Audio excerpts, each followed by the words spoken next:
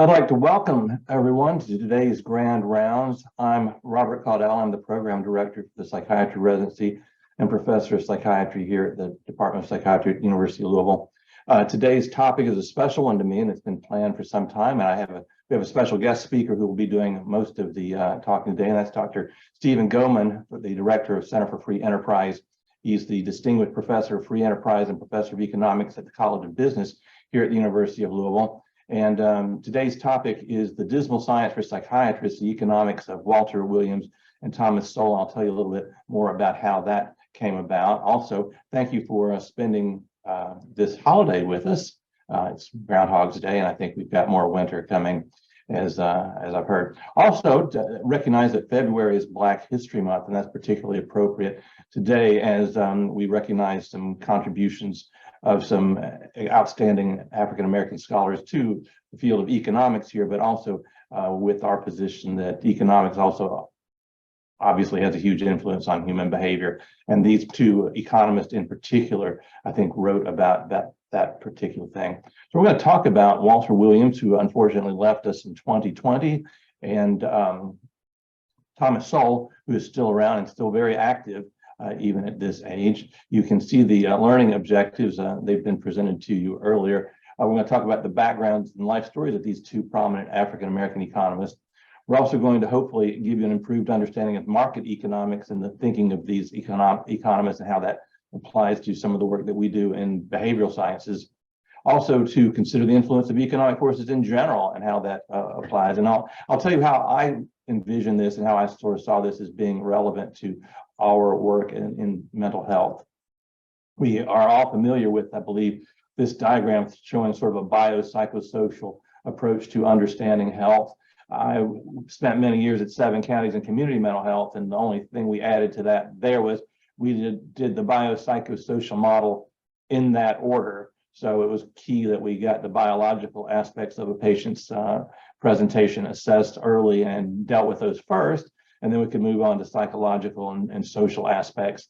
And this is a pretty good way to view patients, but people say, well, there may be something missing to this, and we've seen different approaches to try to add on to this. And you could sort of broaden some of these areas to include lots of other things. But one of the ways I've heard it, the biopsychosocial model is what we started with, but pretty soon people were talking about sort of a biopsychosocial spiritual model, which might include other aspects of a person's life and existence that weren't really readily encompassed by the original. And I'm okay with that. I mean, if we want to do that, but we're still maybe missing something. And so maybe what we could go beyond that was this idea of a biopsychosocial, spiritual, economic even, because again, oftentimes, when trying to understand someone's behavior, the economic forces should not be ignored. So what is economics? And Dr. Gohmann will certainly tell us a whole lot more about that here in a moment, but I'm going to just use the definition that was given to us by Dr. Sowell in one of his textbooks on economics. And it's just the allocation of scarce resource which has alternative uses. And that's pretty straightforward and pretty simple. There may be more alternative definitions, I suppose, but that's one that will work. So who are we speaking about today, at least, as a starting point? Well, Dr. Sowell is currently the Rose and Milton Friedman Senior Fellow at the Hoover Institution at Stanford University. He trained as an economist. He's written on numerous subjects outside of economics, though, as well. He's authored 49 books. He had a syndicated newspaper column. He won the National Humanities Medal in 2001. We'll see a little bit of film clip here of some of his backstory. He was born into a family of sharecroppers in North Carolina in the 30s. He grew up in Harlem. He attended an elite New York high school, but did not graduate from that school. He worked in an assortment of menial jobs, but joined them, or was inducted actually into the Marine Corps, and was trained as a photographer there, which was a passion of his throughout his life. He studied briefly at Howard University, but then transferred to Harvard. He graduated magna cum laude there at age 28. He was the first member of his household to proceed past the 6th grade. Also, he then received his master's degree at Columbia and then later doctorate in economics from the University of Chicago in 1968, which has a very prestigious Department of Economics. He was a Marxist for much of his youth, and his college thesis was actually written on Das Kapital, but he attributed the beginning of his shift towards a more classical economic viewpoint to his experiences in 1960, serving as a summer intern at the Federal Department of Commerce. Some people ask him what changed his opinion. He said facts. A special characteristic of his work, and this is notable to any of you who bother to read some of his work, which I would strongly encourage you to consider doing, is his writing style is, no matter whether he was writing for a scholarly audience or the general public, was extremely readable. He had a known dislike for self-promotion. Before joining the Hoover Institution at Stanford, he taught at Cornell, Rutgers, Amherst, Brandeis, and UCLA. And as I mentioned, he is an advocate of classical liberal economics. So I have a little clip here. I hope the audio comes through here on this. Sowell was in rural North Carolina in 1932. An educated family without electricity or running water. He was orphaned and raised by a great aunt. When he was 8, his family moved to Harlem, and at one point he was living in a shelter for homeless boys, keeping a knife under his pillow for protection. He didn't finish college until he was 28, and went on to receive his PhD from the University of Chicago before he became internationally celebrated as an intellectual and writer. His upbringing was more than something to be overcome. It profoundly shaped his scholarship, in particular by making him disdainful of elite intellectuals who imposed their ideas on society through government. As Sowell wrote in his memoir, growing up, he had daily contact with people who were neither well-educated nor particularly genteel, but who had practical wisdom far beyond what I had. That gave him a lasting respect for the common sense of ordinary people, a factor routinely ignored by the intellectuals among whom I would later make my career. Sowell's provocative body of work on everything from race to childhood development to charter schools and their enemies is the subject of a new documentary and a forthcoming biography titled Maverick. He's someone. Well, let's talk a bit more now about Walter Williams. Again, he died a couple of years ago. He was born in Philadelphia. Very proud of that. It features prominently in a lot of his writing. He got his bachelor's in economics from Cal State. Got a master's and PhD from UCLA. Has a doctor of humane letters from a variety of facilities and programs.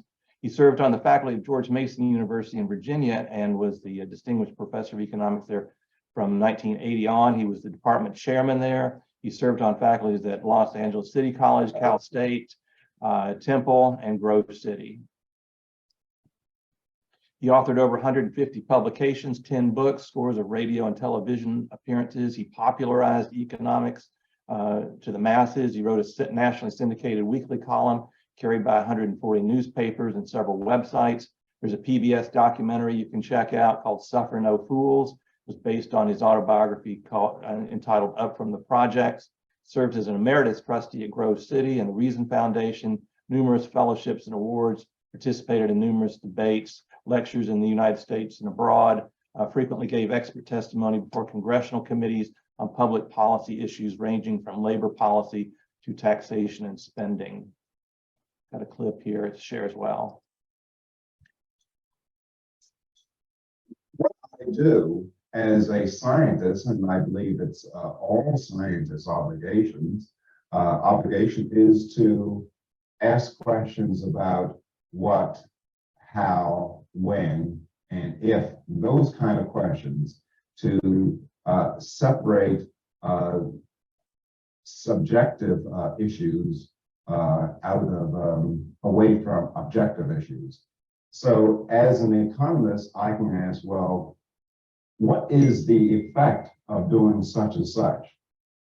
Without asking whether the result or whether the act is good or bad, just ask what is the effect. You're very much like a physicist. A physicist would ask, what is the independent influence of gravity on a falling object? He doesn't say whether gravity is good or bad. He just asks, what is the effect?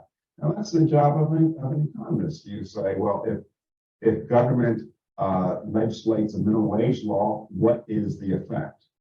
Or if government regulates oil prices, what are the effects? And so I believe that the duty of an economist is to supply policymakers with objective findings so that the policymakers can make judgments based on what they might consider what's good or bad. The basic laws of supply and demand govern all of our behavior, and I think that knowing something about economics can teach something systemically important about human behavior, namely that we all face constraints imposed on us by scarcity, and that we all seek to maximize those kind of things that we want. Now, just knowing those two things, you can predict a whole lot about human behavior, much more so than a sociologist, who tries to get into a person's mind and act as if intentions, commitment, obligations, and those kind of things determine human behavior. Just for example, one can say, well, if the price of something goes down, people will do more of it. If the price of something goes up, people will do less of it. Now, that's a very, very simple principle, but it's very, very powerful in its predictive capability. For example, dealing with crime. That is, we know that criminals also respond to the law of demand. That is, if crime costs are low, then we expect a lot of crime. If crime costs are very high, we expect less crime. Now, so the way an economist would approach crime would be to raise the cost of committing crime, or raise the probability of being convicted if you commit a crime. Now, a sociologist might go the other way. He might want to sit down and tell a person, well, it's not a good idea to rob a bank. Well, he's absolutely wrong from an economic standpoint. That is, if you can get away with robbing a bank, that's a good idea, because you have much more money than you get from working. Now, so just the vision of the way an economist approaches problems is entirely different from sociologists, and I think that is a more fruitful approach. There's only I have one other clip from Dr. Williams here, a short one. I mow your lawn, repair your roof, or teach your kid economics, and in turn, you give me dollars. We can think of these dollars as certificates of performance. With these certificates of performance that I have in hand, I go to my grocer. I ask him to give me a pound of steak and a 6-pack of beer that my fellow man produced. In effect, the grocer says to me, Williams, you are making a claim on what your fellow man produced. You're asking him to serve you. I say, yes. And then the grocer, in effect, says, did you serve him? And I say, yes, I did. And the grocer responds, prove it. Then I show him these certificates of performance that some people call dollars or pesos or marks. And those certificates of performance stand as evidence that I have served my fellow man. That's how income is generated in society, by serving your fellow man. Now contrast the morality of having to serve one's fellow man as a condition of being served by him with the alternative. Government can say to me, Williams, it's too hot. You don't have to mow your fellow man's lawn. Just sit on your butt and watch Oprah. As long as you're loyal to me, I will take what your fellow man produces and give it to you. I would say that that is a vision that's immoral. Now, obviously, some people are more effective at serving and pleasing their fellow man than others. And as a result, they earn a greater number of certificates of performance, and hence have higher claims on what their fellow man produces. Take Luciano Pavarotti. Why is his income higher than mine? Well, it's because of people like you. That is, you will plunk down $75 to hear Pavarotti sing an aria from La Boheme. How much would you be willing to plunk down for me to sing the same aria? Now, those who would call Pavarotti's income unfair take some of it to give to others are essentially saying, we disagree with the decision of millions and millions of people acting voluntarily that resulted in Pavarotti's higher income. We're going to use the coercive powers of government to cancel out the full effect of some of those decisions through income redistribution. Now, I might add, income redistribution is a term that's widely used. I might add that income redistribution is simply a legal form of what a thief does. That is, when a thief robs you, he redistributes income from you to him. Now, the primary distinction between his behavior and that of Congress is simply a matter of legality. All right, at this point, I'm going to switch sharing here and turn this over to Dr. Gohmann, who will tell us more about economics than I could possibly tell you. So thank you for joining us today, Dr. Gohmann, and I'm going to get out of the picture. And are you able to share your slides from where you are? I'm going to try right now. Let's see. And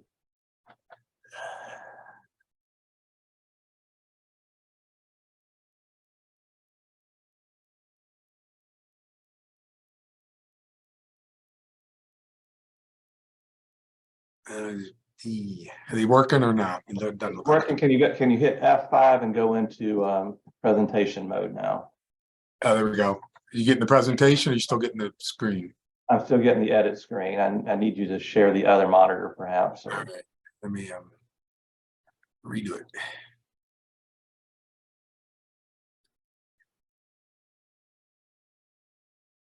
How about now? That's it. Perfect. Okay, good. Thanks. Well, thank you for having me. I'm Steve Gohmann, professor of economics, and I direct the Center for Free Enterprise here. And I'm going to talk briefly about just basic economic ideas, and then we will go on to a little bit of Walter Williams and Thomas Sowell. And actually, I'm going to cover what Walter Williams was talking about in his last video. Maybe it'll be a little clearer to hear. So let's see if this is going to work here. There we go. So we think about people respond to incentives, and all of us act in a purposive way. No matter what we always act with purpose. We've got something we want to get done. And we attempt to make ourselves better off or succeed in our purpose based on the way we perceive the cost and the benefits of our actions. And so maybe we're not always rational, maybe we're not always thinking straight, but it's our perception of what are the benefits of this action and what are the costs of this action that are going to make us act the way we're going to do. And so Walter Williams and Thomas Sowell pretty much followed this idea, and we're very much into individual responsibility. The individuals should be making decisions for themselves. And this probably goes against other areas in social sciences, but in economics generally, we think about individual behavior and individual actions is what makes the economy work. And so if we think about the world over time, from when men started, when we started walking and behaving, people lived on about $600 a year for almost forever until the late 1800s. And then all of a sudden, people's income per capita started to grow. And the question is, why didn't it happen before? If you think about the world, we've had the same resources in this world forever. Everything that's on this world, except for people and animals and trees, but all the other resources have always been here. Yet people never utilize them in a way that increased their income until more recently. And part of that is because people weren't able to innovate, or maybe didn't have the capability to innovate as much as we have now. And a lot of that has to do with individuals having freedom to pursue their interest.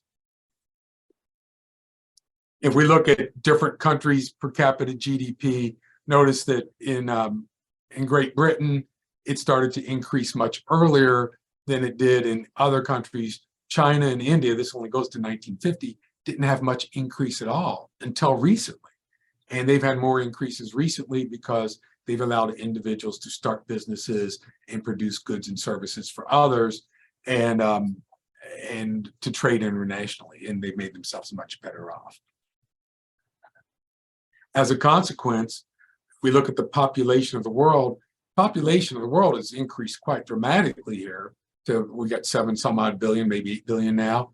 But notice what's happened with poverty. Poverty grew for a long period of time, but in the last 30 to 80 years, it's decreased dramatically so that less than 10% of the population is in extreme poverty.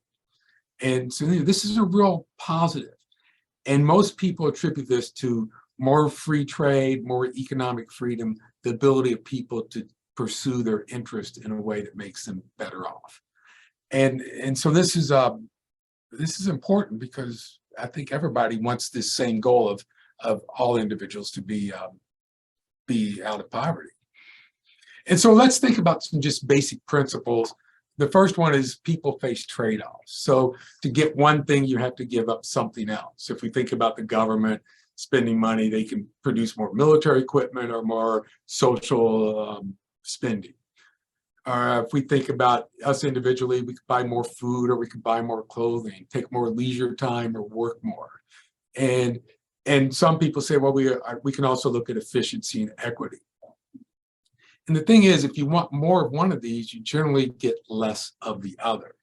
And so we have to give up something. And so when we think about efficiency, it means you get more from the scarce resources that we have. But equity means that the benefits of those resources are distributed fairly amongst members of society. Well, as you try to distribute things amongst people more fairly, you're probably going to lose efficiency. You're always going to have that trade-off. And if you think about equity, and it kind of goes with what Walter Williams was saying earlier, if we had a society where everybody was granted the same amount of resources, money, and so let's just use money as the example, well, what would happen if everybody had the same amount of money? Well, maybe we'd want to hear Pavarotti sing like Walter Williams was talking about, and all of us would start giving Pavarotti money to sing for us. And now all of a sudden, Pavarotti has all this money and we have a little bit less because we paid him to sing for us. And now we don't have equity any longer. But yet we were willing to give up that money because hearing Pavarotti sing made us feel better off. And it was worth it to us to spend that money, but now we don't have this equity. And so we're always going to face that trade-off because we as consumers are going to choose where we send our money. Secondly, is the cost of something is what you give up to get it. And so generally we think about money, but you think about the decision to go to college or to work after high school, or even after college for you guys since you went on to medical school and so forth. But there's an opportunity cost. What did you give up? If you went to college, you gave up the money you could have earned if you were working. Do you work today or you take the day off? Well, you give up something. If you choose to take the day off, you've given up your income. If you choose to work, you've given up what you might have done on the day off. Of course, we'd want to take the day off. It's freezing, but it's there. So, should I watch TV or work out? And for each one of us, this cost of doing it, what we call the opportunity cost, is the value of your next best alternative. So today, if I have some leisure time tonight, I might watch TV. I could go work out. Maybe I could go drink a beer. It's the next best thing that I gave up if I choose to go work out, it might be drinking a beer. That would be my opportunity cost, how much I value that drinking that beer. You look at LeBron James, he skipped college and went straight from high school to the pros. And the question is, well, why did he do that? Because he was going to have to give up millions of dollars if he didn't. And so for him, this made sense. And so he made this choice to go on to the pros immediately, and he's done quite well there. The next one is rational people think at the margins. And there's been economists that say, well, people don't always act rationally. But again, their behavior is they look at their perceived benefits and their perceived cost and act according to that. It may not be rational, but they act according to what they perceive. And so we think about marginal changes. These are like small changes. If I take one more step, what will happen? And so what happens to the cost and the benefits if I do this next thing? And for example, let's think about illegal parking. So all of us are probably parked illegally at a time, sometime or another. And why do we do that? Well, the benefits are I might be closer to the door. I'm only going to step in for 10 minutes. And so the benefit is I don't really want to walk a couple blocks if I'm just going to jump into this building for a few minutes. And so that might be the benefits, but what are the costs?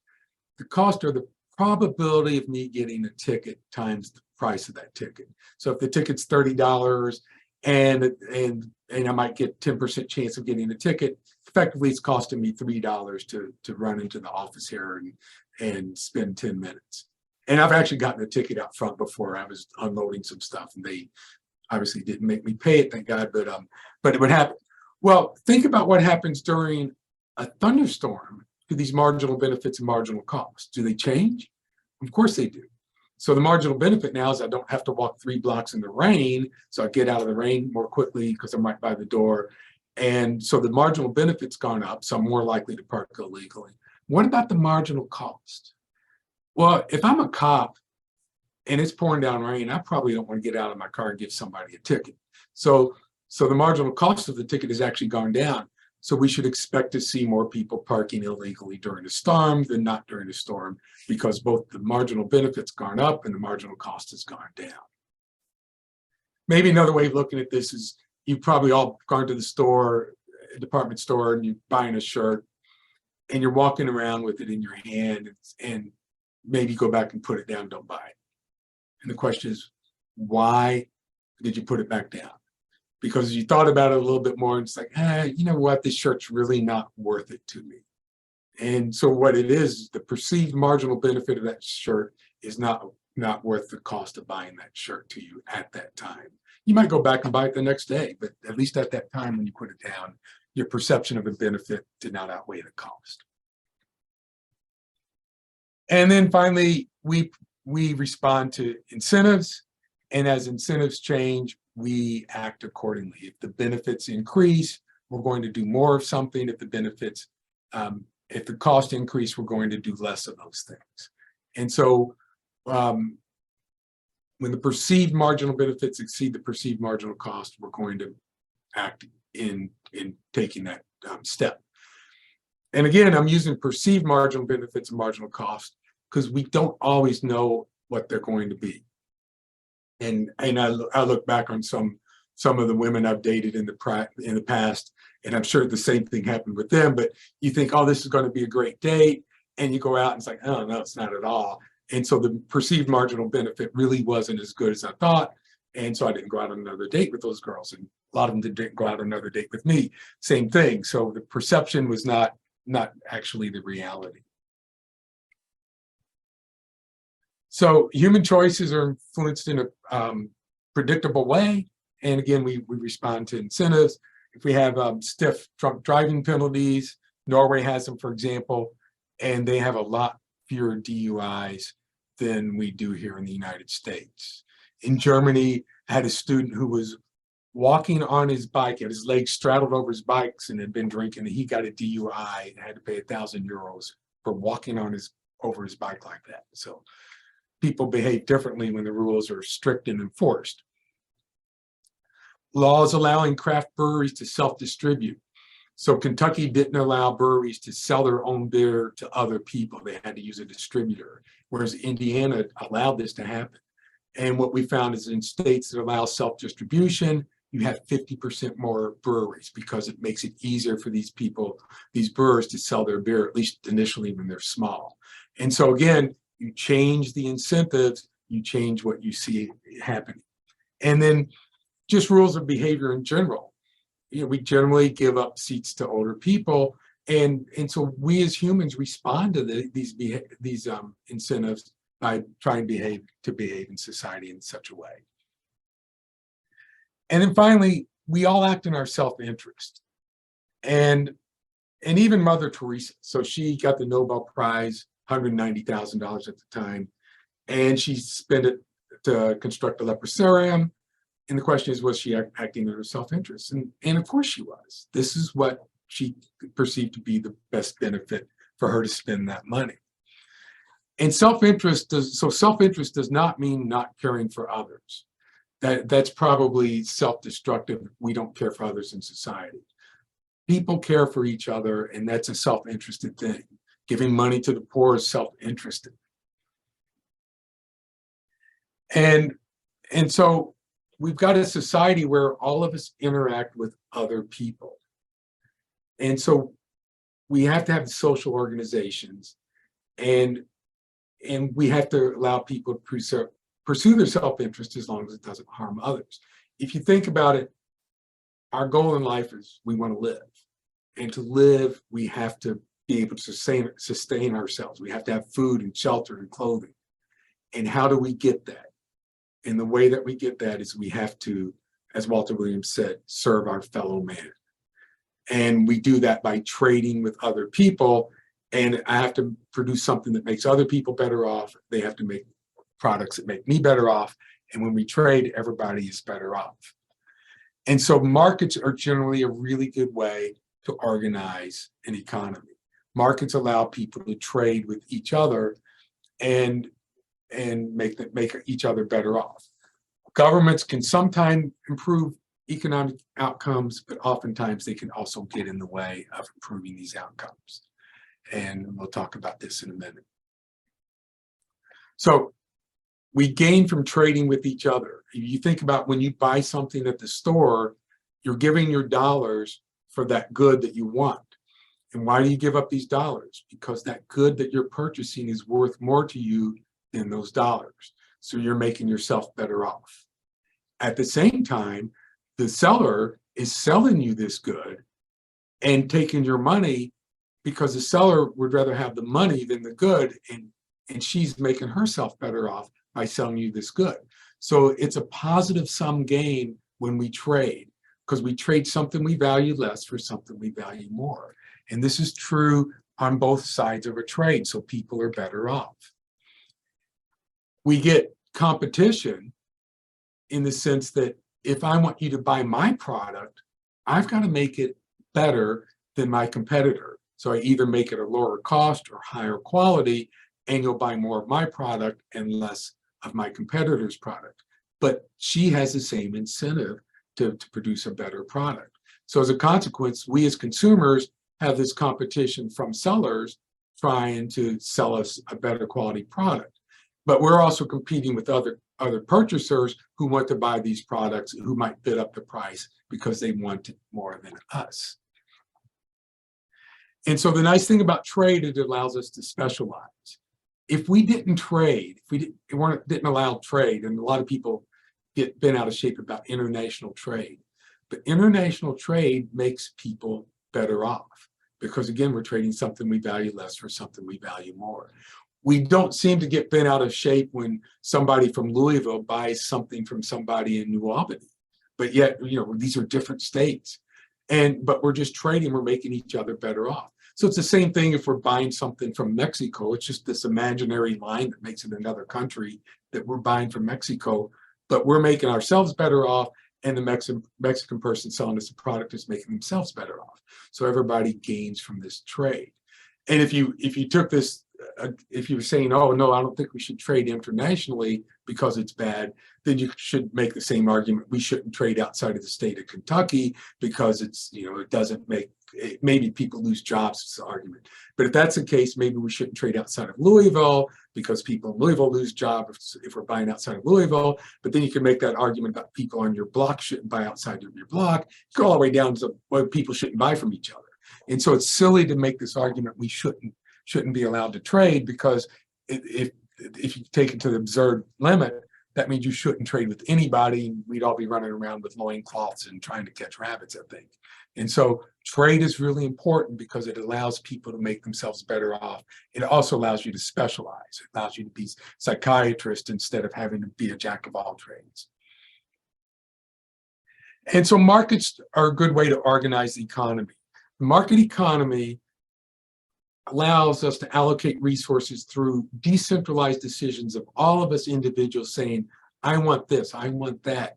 And so we as consumers make the decision of what we're going to purchase. And these decisions signal to producers, oh, we should be producing more of one good or another because we're signaling with our dollars what we want. So we decide what to buy, we decide who to work for.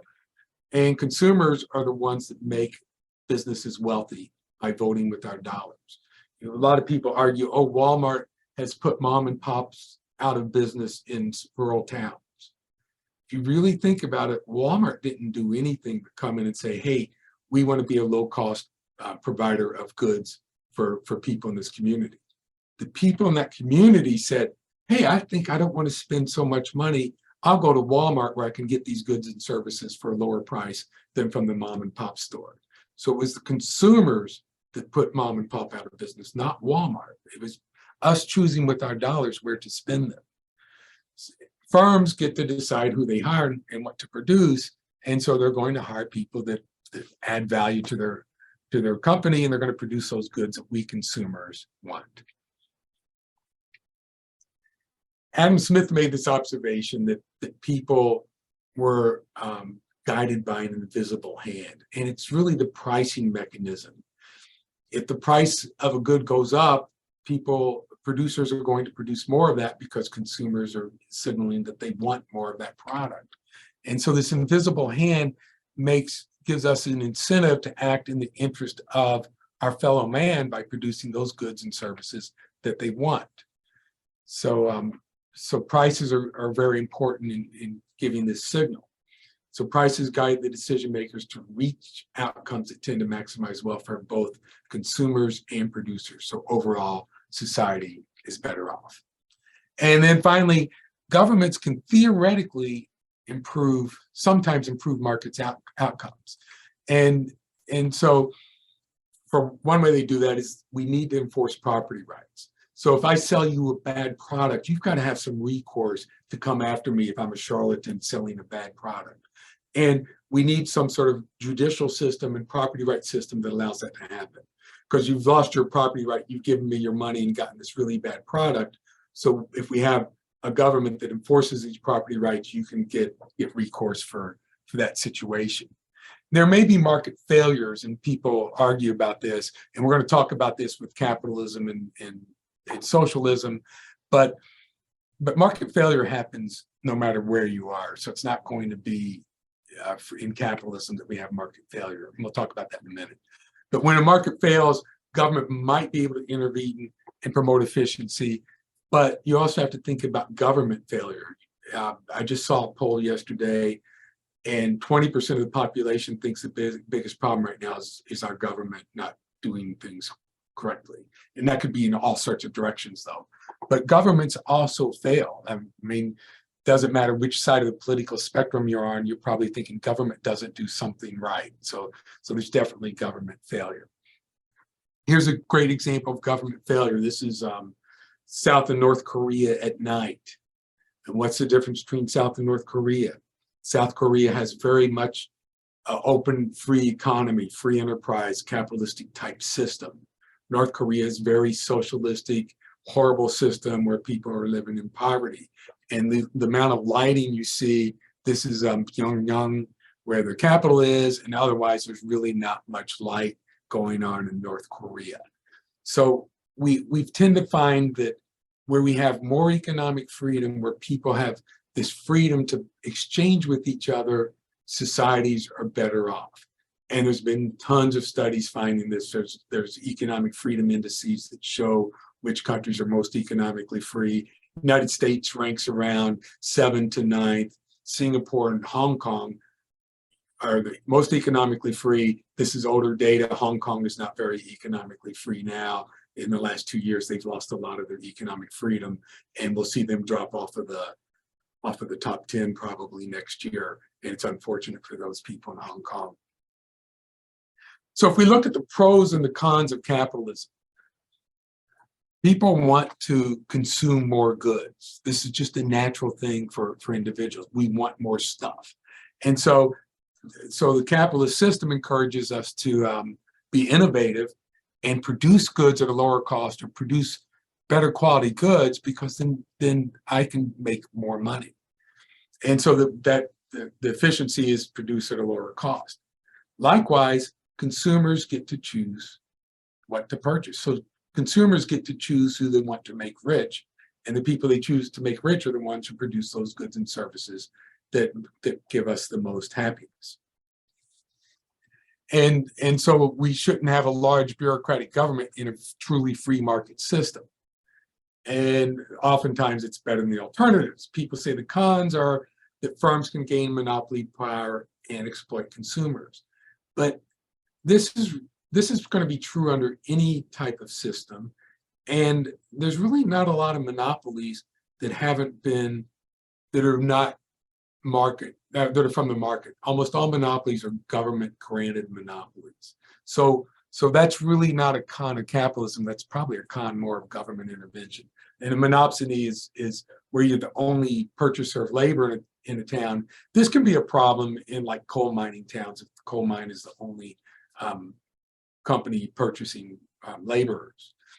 Externalities, so this is pollution. Pollution's a problem. We have less pollution in free market economies than we do in non-free market economies.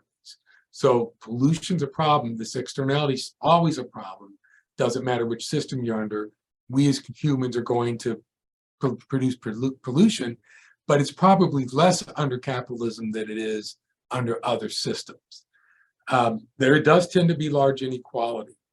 The difference between capitalism and socialism, people in North Korea have pretty much equal incomes.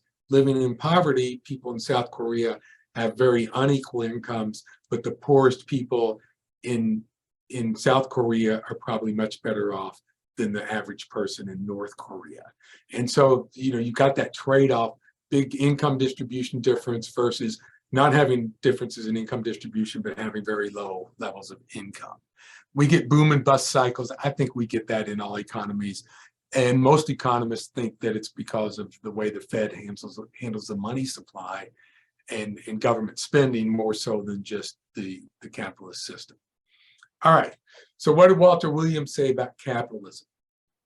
He said, prior to capitalism, the way people amassed great wealth was by looting, plundering, and enslaving their fellow man. Capitalism made it possible to become wealthy by serving your fellow man. And so this is what Williams really makes that distinction. That in the capitalist system, the way if I want to become wealthy, I have to serve my fellow man. And a free market, he argues, is morally superior to an unfree market because there's no coercion that makes individuals buy from somebody, work for somebody, sell to somebody. And so the way you get more for yourself is serve your fellow man. So this is the story he was telling them. I would do it with the loaf of bread. So I go in and say, I want to buy a loaf of bread. And the baker says, you expect a lot from the farmer and the miller and the oven producer and me. And all of these people must be paid. And so what did you do to serve your fellow man? And I say, well, I serve my fellow man through my job.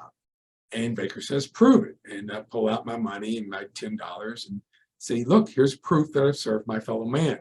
So by earning money, the way I earn money is I serve my fellow man. They're willing to give me money because I've made them better off. Likewise, the baker's serving me and I'll give him my money. He'll give me my bread and I'll be made better off. So this money is what Williams calls a certificate of performance. It's proof that you have served your fellow man. And so in this free market, we get this positive sum gain. I'm buying the bread, I get the bread, I'm better off. The baker's getting the money, he's better off. So we both are better off by making this exchange. Whereas if I use the government to get a benefit, what happens is the government will take money from my fellow man and give it to me. Well, my fellow man now has just lost money, I've gained money, but there's no positive sum gain. That's a zero sum gain. And so then the question is, which is more moral? Me trading and serving my fellow man, or me getting the government to take money from other people and giving it to me? And of course, the answer would be, you have to serve your fellow man, otherwise you're just stealing from them. So Williams would argue, let people shape their own destiny, let people decide for themselves what makes them best off. And so the better I serve my fellow man, the greater my claim on the goods my fellow man produces, and that's the morality of the market, according to Williams. Thomas Sowell said, economics and politics confront the same fundamental problem. What everyone wants adds up to more than there is.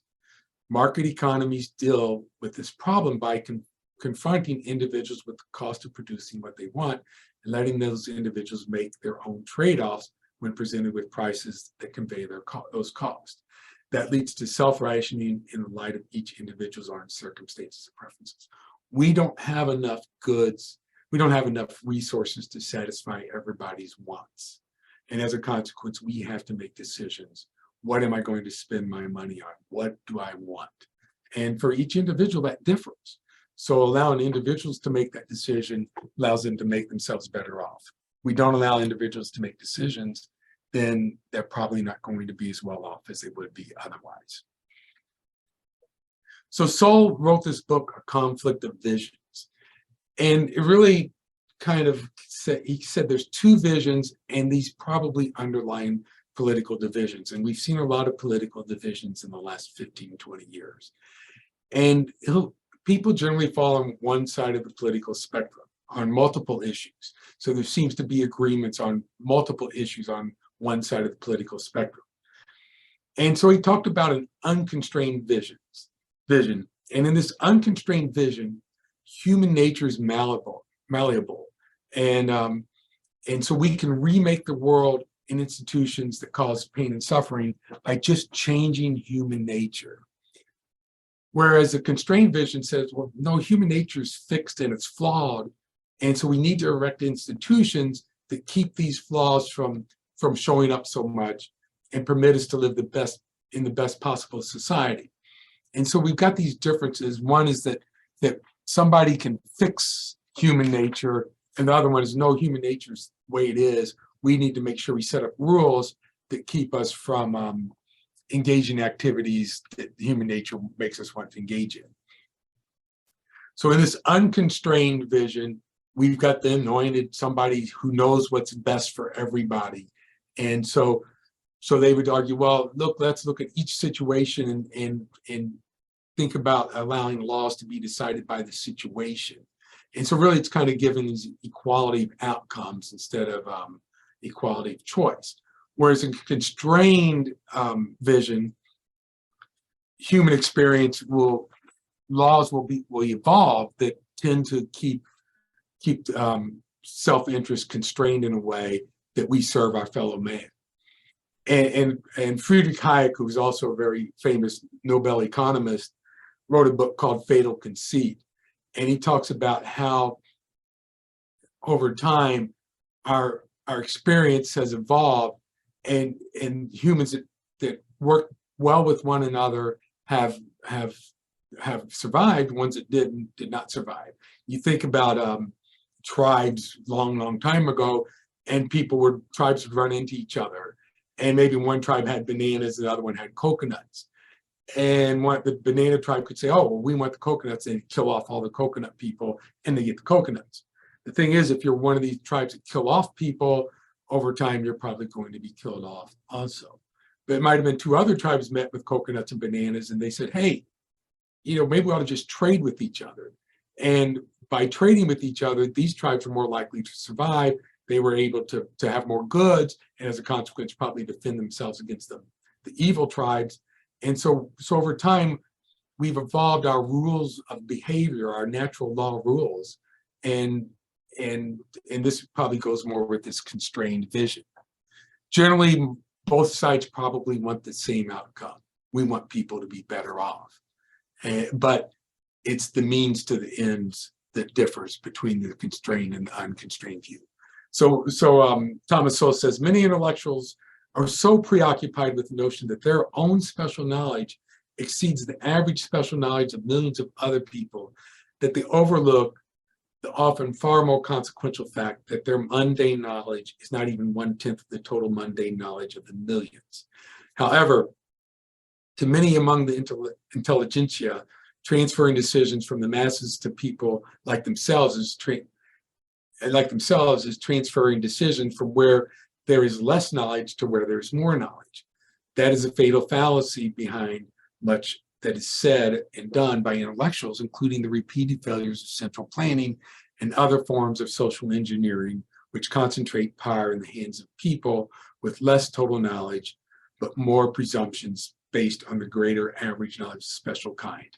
And this goes back to Friedrich Hayek, that people have knowledge of circumstances of place and time.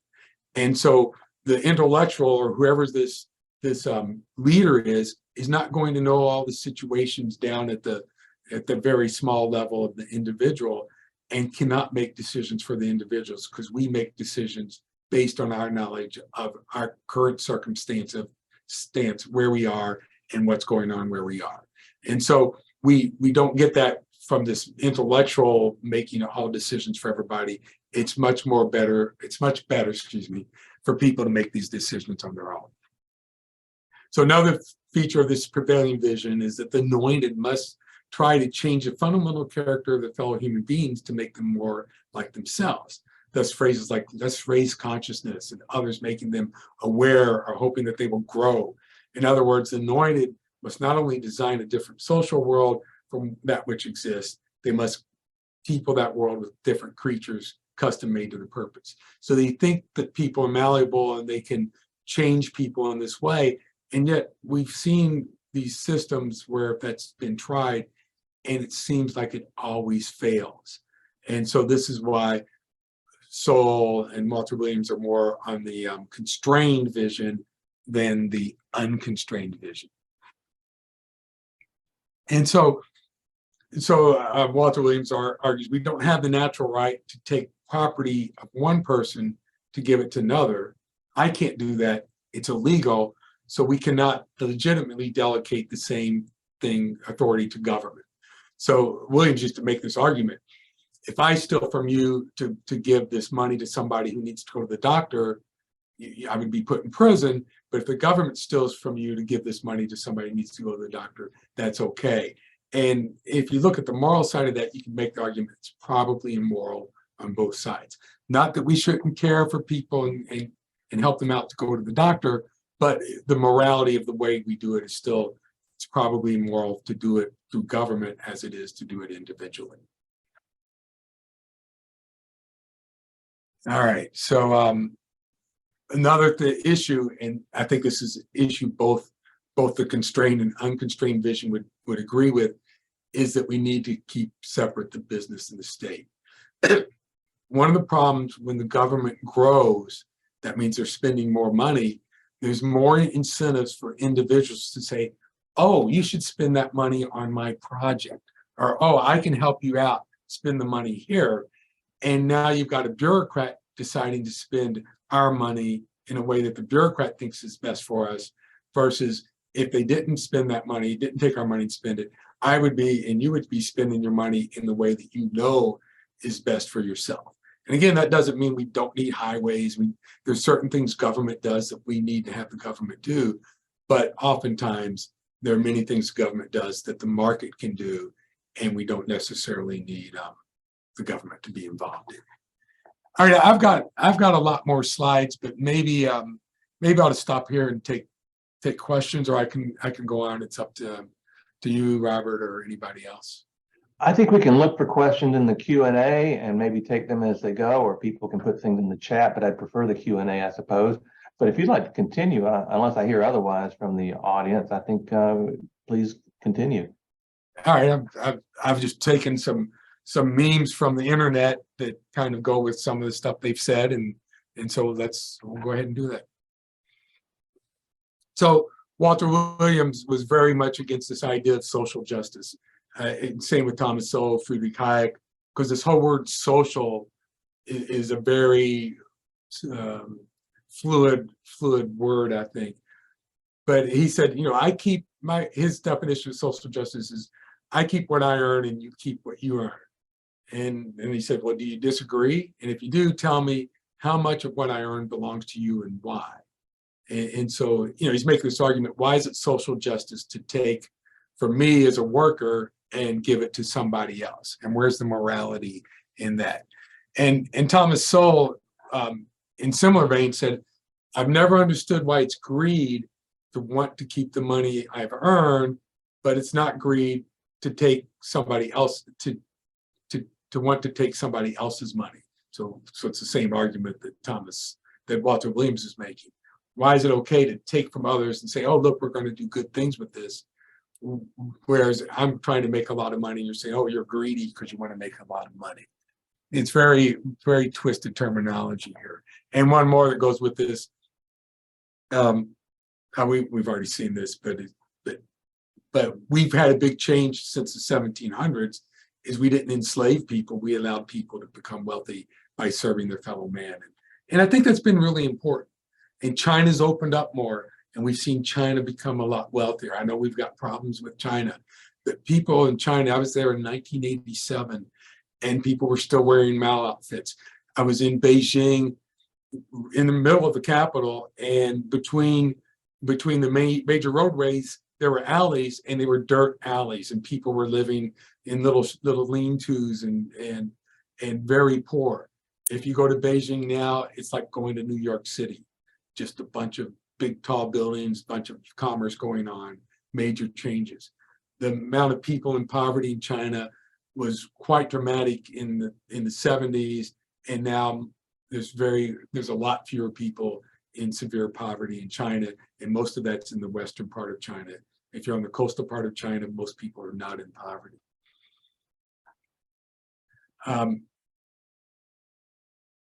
So Sowell makes this argument. It's hard to imagine a more stupid, more dangerous way of making decisions than by putting those decisions into the hands of people who pay no price for being wrong. It's very easy to spend other people's money.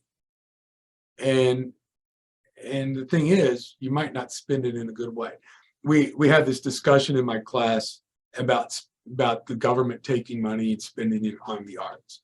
I think everybody loves the arts. Everybody probably thinks the arts should be supported in one way or another. But then the question is, how do we make that decision to support the arts? And you've got some bureaucrats somewhere who have these tax dollars, and they're going to distribute this out to certain areas to fund the arts.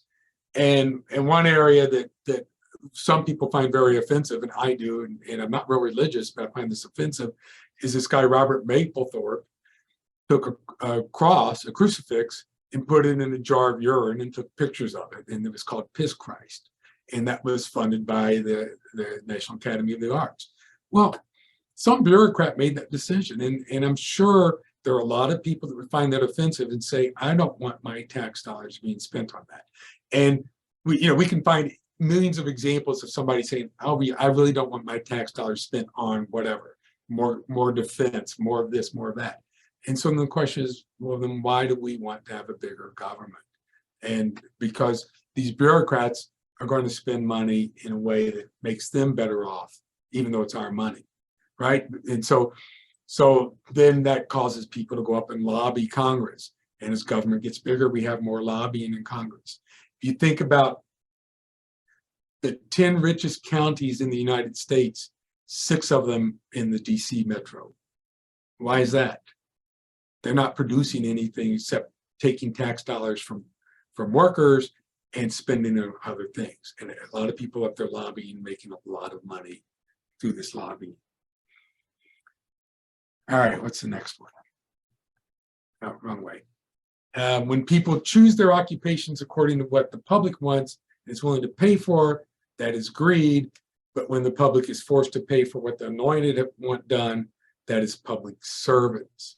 And I always find it interesting. It's like, oh, well, this person's doing public service because they're in the government. Well, the real question is, well, why are they in the government? If you think about those senators or those congressmen you don't like, and what motives do you put on them for being there? And it's like, oh, they're there because they want to have power, they want to make a lot of money. A lot of people have gone to Congress or the Senate have made a lot of money. And the question is, how they made a lot of money when their salary is only, what, $180,000 a year? And it's because they've done it somehow. I'm not sure. I'm not going to cast aspersions, but then they vilify people like Elon Musk or Jeff Bezos or Robert Branson because they're spending all their wealth going to space. And a lot of people do not realize that they're spending that money right now, even though they're the only ones that get to do it because they're really wealthy and we can't do this. In another 30 or 40 years, somebody with our incomes might be able to go to space because of their innovations today. And it was the same thing back when kings and queens had silk socks, and only the very wealthy had silk socks. Well, anybody can buy silk socks nowadays. I've been to Neuschwanstein in Bavaria, and that's what the Disney castle that was in Bavaria. And it was the first castle that had a gas stove. And this is like early 1900 or maybe late 1800s. And so this is the first gas stove. Well, everybody has a stove nowadays. Even most of the poor people, even the poorest people in the United States, most of them have stoves. And so a king had it in the late 1800s, and now everybody has it. And we get that as society progresses. And we get that because we are, as individuals, want to innovate to make ourselves better off, but our innovations have to make everybody else better off. And I think this is real important, this idea of innovation. It's what makes society and people better off.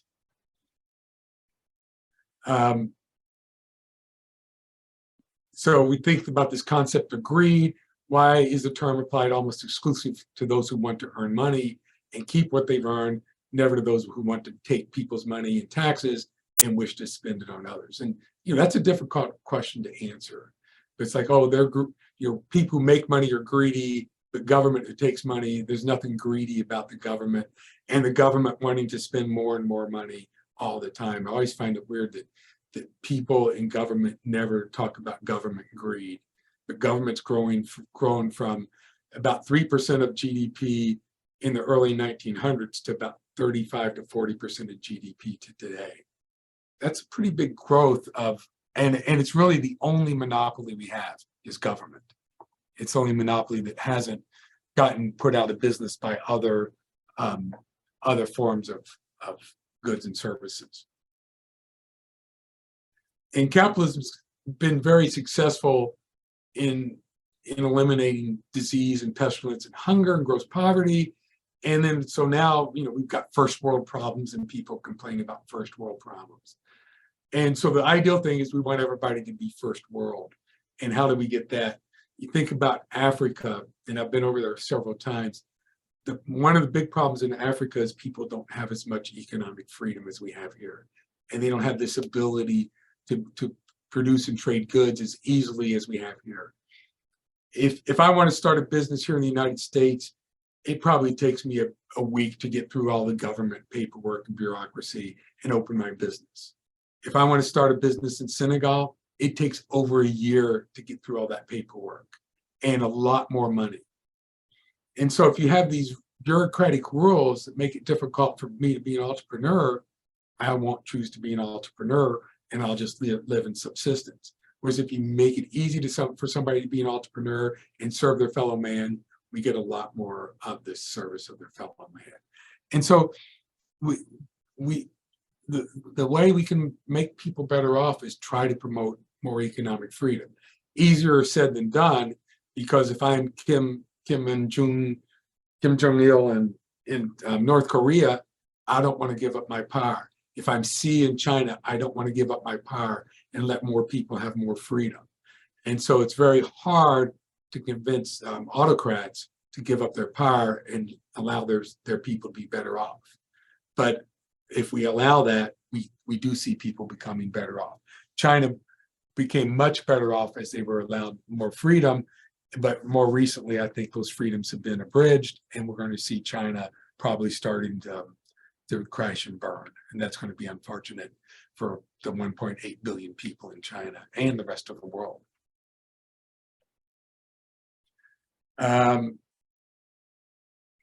So Thomas Sowell realized, he was a big leftist, and he thought he was correct, and then he realized how silly that notion was, and that it did not help his fellow man. And so it's very, a lot of my friends who are very free market economists started out as very socialistic, and then realized that serving our fellow man through the marketplace is the best way to serve our fellow man. All right, I think I've only got a few more. We work from, the average taxpayer works from January 1st to sometime in May to pay their federal, state, and local taxes. And what that means is we're going 5 months of the year, and we do not have rights to decide how the fruits of our labor will be used. Somebody else makes that decision.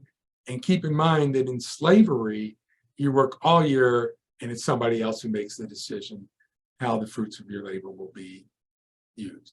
So Williams is effectively saying we're slaves to the government up until Tax Freedom Day, which is always sometime in May. And to some extent, that might be true. People say, well, you can choose not to work, but if you want to live, you need to work. You need to somehow get the food and shelter and clothing that you need. And then finally, rent controls. Rent controls are very interesting. Market interventions, allowing the market to decide the price, allows people to allocate resources really well.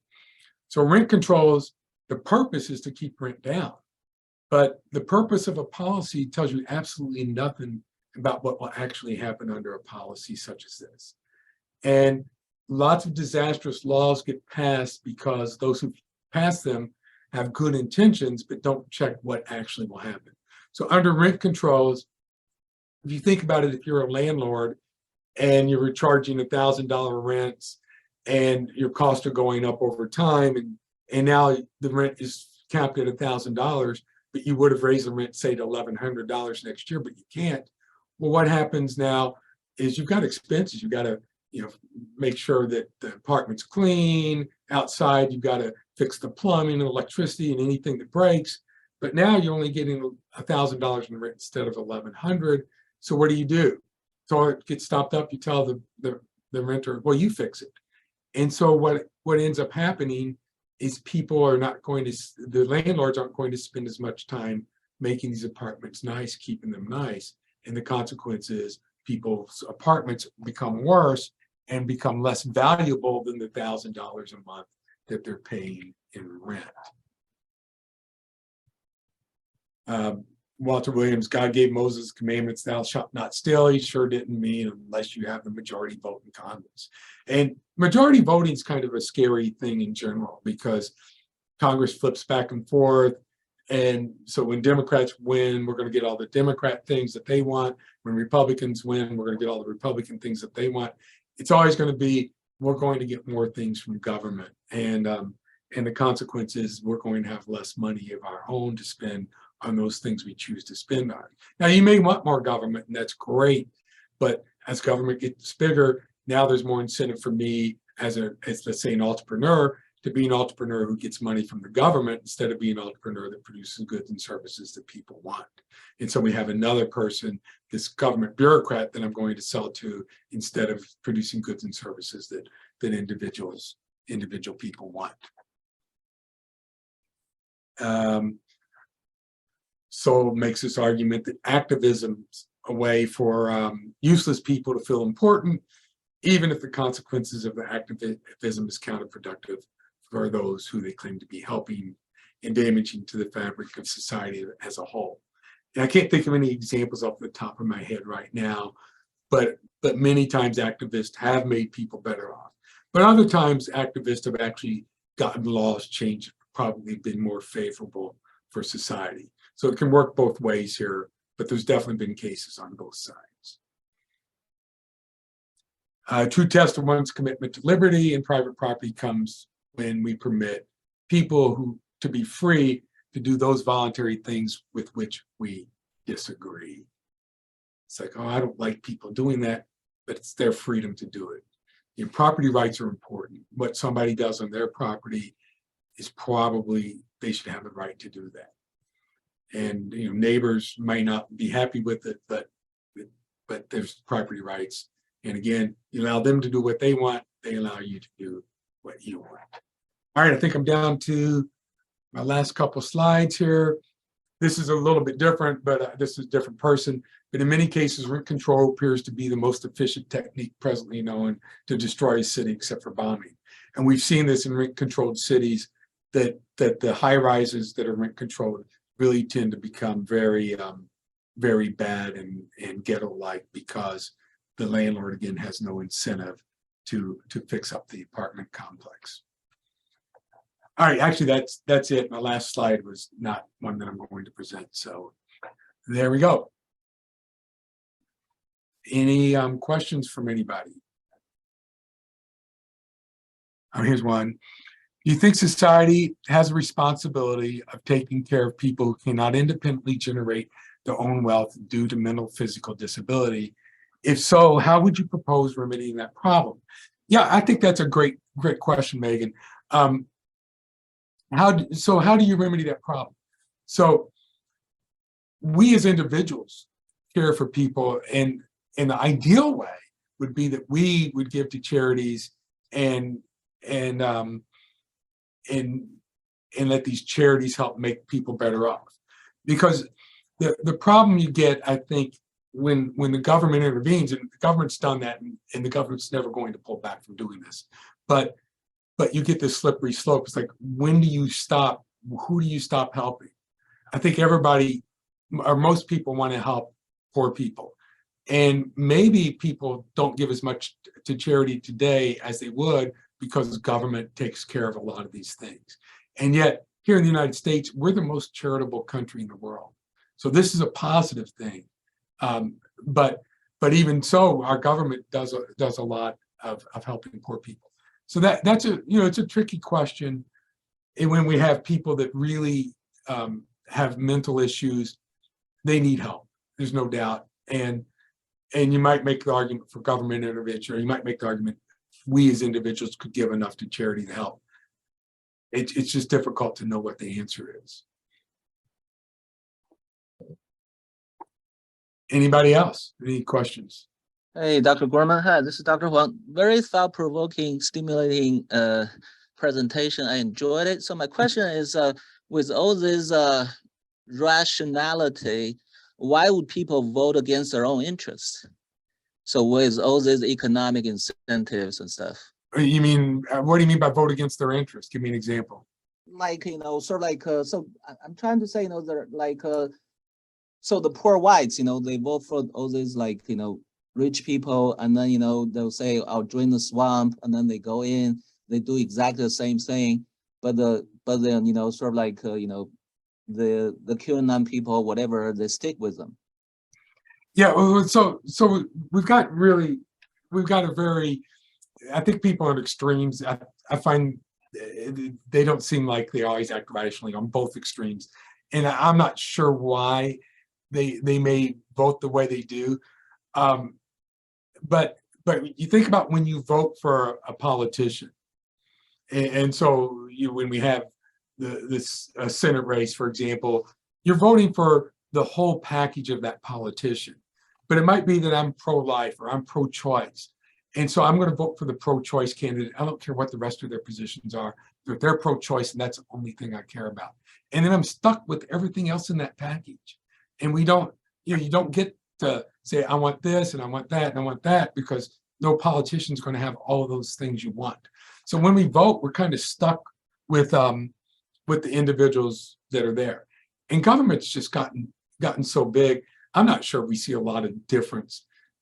We see differences politically. These guys spout differences, but when they're in power, they all just tend to spend more money and spend more money. Yeah, so but if trading and free marketing is so good, sort of like what's the biggest chunk, in government budget? It's military spending. It's what? Military spending. Oh no, it's Military. it's not. Military spending. It's most of our money is going to Social Security and areas like that. There's a lot of money going there, and this is going to be a problem because Social Security won't be able to pay for itself in another 10 years. Mm-hmm. And so that's a big problem. Military spending, I agree. We got a lot of military spending we shouldn't have. So what happens though, as military gets bigger, if I'm a general, I've got this incentive to say we need to keep spending on military stuff and scaring people into we need more military spending. If we have peace in the world, it's the worst thing in the world for a general, isn't it? Yes, but I think to enforce the peace, you need that military. You need a very powerful military. Well, we definitely need a military. Yeah.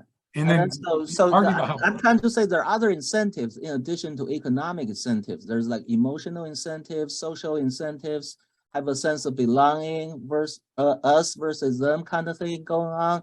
Sure. So I think that's why we're in the current moment, globalization is kind of receding. And then, so I think the current thinking is like, even if, we only want to trade with people who have similar belief, similar interest. If you don't agree with me, I might not want to trade with you because you don't have my national interest in your heart. And that might be true, Another thing is like, I would argue democracy can only survive by enslaving other peoples. So you cannot, sort of make the whole world become a democracy. There's always slaves somewhere to support this democracy. If you look at the history of the world. I'm not sure I understand the slave part. So basically, when Rome can be a democracy, but it has colonies, it has slaves. Mm-hmm. And then Greek can be a democracy, but it needs slaves to survive. To survive. Same thing apply to America. So we've got slaves in America now? No. You when you trade with people, when you try to outsource all these things, you don't see the the suffering the other people have to endure at the other end of the world. Oh, absolutely. So poor people in really poor countries, their work conditions are not very good. They have sweatshops and this is really awful. And so let's quit buying from them. And how does that solve the problem? If we quit buying from them, they went and worked at the sweatshop because that was their best alternative, right? We choose our best alternative.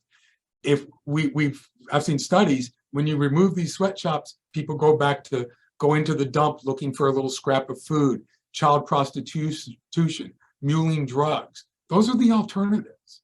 And I know we in the first world here, we hate to see people working in really nasty conditions, but I'd rather have them work in really nasty conditions like a sweatshop than to be a child prostitute.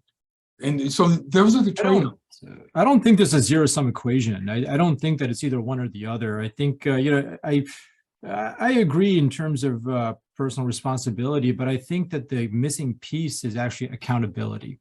I don't trust people to hold themselves accountable to do the right thing.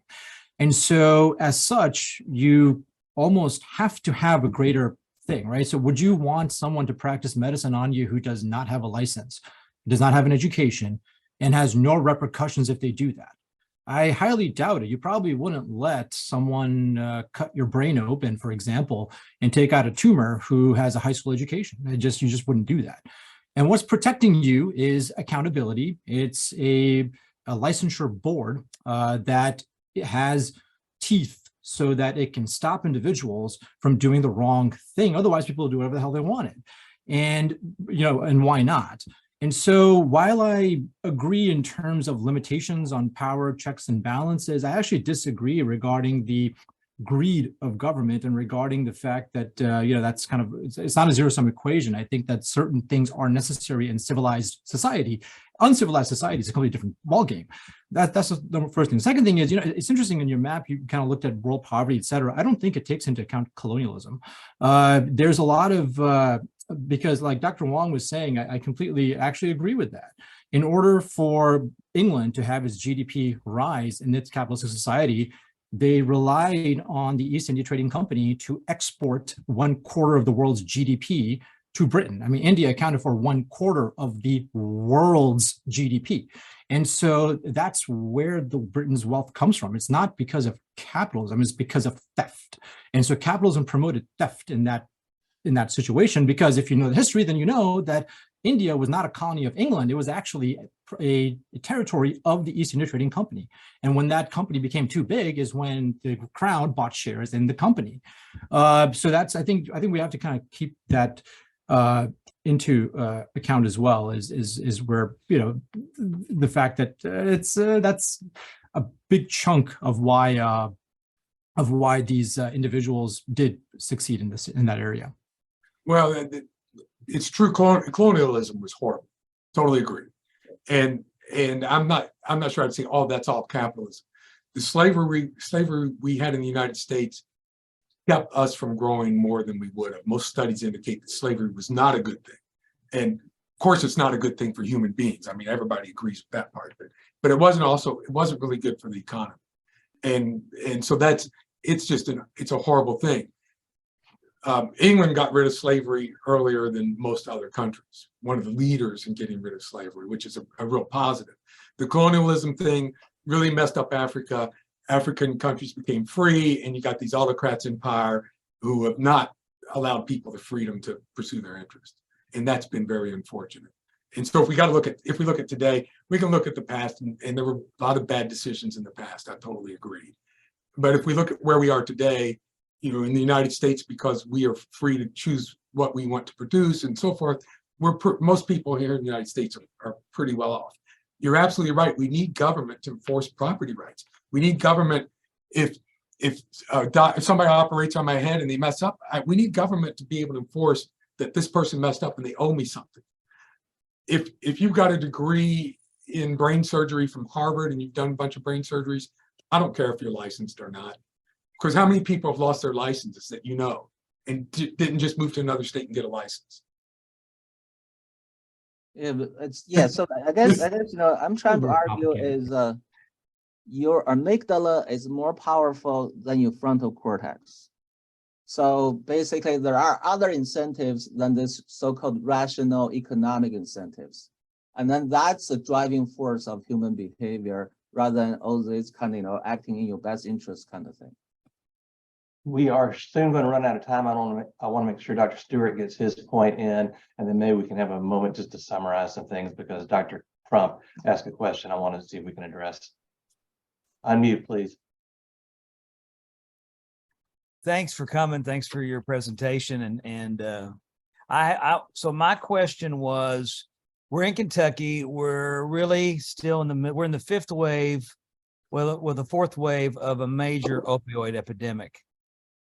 See if you know where I'm going with this. So this was started in '96 with the manufacture of OxyContin, and it was heavily marketed, direct consumer marketing. They suppressed information about it being addictive, even though they knew it was, and they got a slap on the wrist, and they kept, and then of course a lot of other companies, distributors made a lot of money with opiates, and with devastating consequences for our society. And the money that we've gotten in lawsuits and settlements will pale to what the damage that's been done by this. It's going to continue on for years. And they didn't create addiction, but I wondered what your thoughts about that in this context. I'd be totally interested in whatever it is. I'm not going to respond. Whatever you want to say is fine. I just wanted to hear your thoughts about that in this context. Is sort of so free market didn't certainly work in this way, in my view. But go ahead. There was absolutely some problems here. And again, I would make the argument with the property rights that the lawsuits should be coming really heavy against these companies, much heavier than they were, and the penalties should be much higher. Because because right, they've infringed on my property rights. They told me this wasn't addictive, wasn't going to hurt me, and it did. And so I should have this right to go back and sue the heck out of them and make them poor. But it doesn't work that way either, right? Thanks. But thank you guys for having me. I really enjoyed it. Dr. Crump had one last question here. Okay. I wonder if we can pull that up. If I can find that, was in the chat. So she asked, wanted to know, in summary, how did the principles of Sowell and Williams apply to the field of psychiatry? And for psychiatrists, what are the key points to take away from the lecture? Your thoughts on that? Yeah, I think the big one is, if you think about economics, people responding to incentives, they looked at perceived benefits and the perceived cost. If I've got a psychological problem, my perceived benefits and costs are going to probably be different than when I don't have this problem. And so I might make decisions that seem irrational, but not giving my psychological makeup at the time. To me, it seems rational. And I don't know, maybe that should be the takeaway. That sounds like a good conclusion for us. So thank you all for your time. Thank you especially to our guest speaker, Dr. Gohmann. And we'll see you here next week for the next academic hour. Thanks a lot.